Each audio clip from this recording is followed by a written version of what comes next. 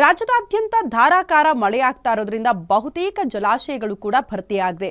ಈಗ ತಾನೇ ನೋಡ್ತಾ ಇದ್ವಿ, ಒಂದ್ ಕಡೆ ಕಾವೇರಿ ಜಲಾನಯನ ಕೂಡ ಭರ್ತಿಯಾಗಿದೆ, ಮತ್ತೊಂದು ಕಡೆ ವಿಜಯಪುರದಲ್ಲಿರುವಂತಹ ಜಲಾಶಯ ಕೂಡ ಭರ್ತಿಯಾಗಿದೆ ಅನ್ನೋದು ಆ ಭಾಗದ ಜನರ ಸಂತಸಕ್ಕೆ ಕಾರಣ ಆಗಿದೆ.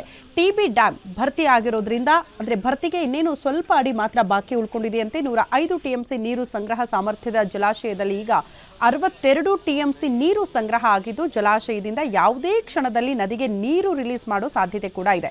ಸದ್ಯ ಜಲಾಶಯಕ್ಕೆ 63,816 ಕ್ಯೂಸೆಕ್ ನೀರು ಹರಿದು ಬರ್ತಾ ಇದ್ದು, ನೀರು ರಿಲೀಸ್ಗೆ ಸಿದ್ಧತೆ ಕೂಡ ಆಗ್ತಾ ಇದೆ. ಹೀಗಾಗಿ ನದಿ ಪಾತ್ರದ ಜನರಿಗೆ ಟಿಬಿ ಬೋರ್ಡ್ನಿಂದಲೂ ಕೂಡ ಎಚ್ಚರಿಕೆ ನೀಡಲಾಗಿದೆ. ನದಿ ಪಾತ್ರಕ್ಕೆ ಜನ ಜಾನುವಾರು ಹೋಗಬಾರದು ಅಂತ ಸೂಚನೆ ಕೂಡ ನೀಡಲಾಗಿದೆ. ಒಂದ್ ಕಡೆ ಜಲಾಶಯ ಭರ್ತಿ ಅನ್ನುವಂತಹ ಖುಷಿ ಈಗ, ಬಟ್ ಜಲಾಶಯ ಭರ್ತಿ ಆಗ್ತಾ ಇದ್ದಂತೆ ಅಲ್ಲಿ ನೀರು ಕೂಡ ಹೊರಕ್ಕೆ ಬಿಡಲಾಗಿದೆ. ನೀರು ಹೊರಗೆ ಬಿಡುವ ಸಂದರ್ಭದಲ್ಲಿ ಅಲ್ಲಿ ಪ್ರವಾಹದ ಭೀತಿ ಎದುರಾಗುತ್ತಂತೆ ಆ ಭಾಗದ ಜನರಿಗೆ.